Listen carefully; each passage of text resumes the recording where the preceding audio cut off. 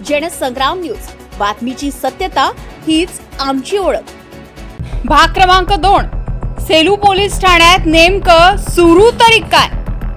कर्मचाऱ्यांच्या नाराजीची कुजबूज आता उघड चर्चेत। विविध चर्चांनी वेग घेतल्याचा दावा।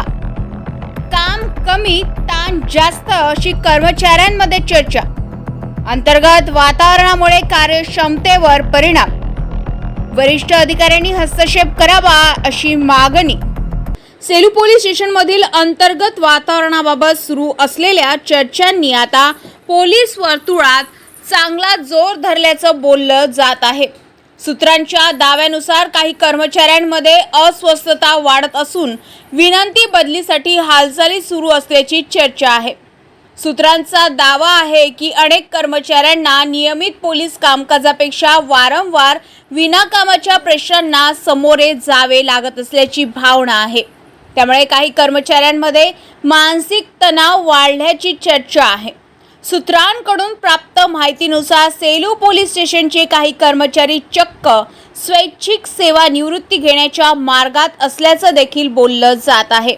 म्हणून पोलीस वर्तुळात तर आता एकच प्रश्न विचारला जात आहे की गुन्हेगारांचा तपास महत्त्वाचा की स्वतःच्या कर्मचाऱ्यांना देण्यात येत असलेला नाहक त्रास, अशी चर्चा रंगत असल्याचं सांगितले जाते।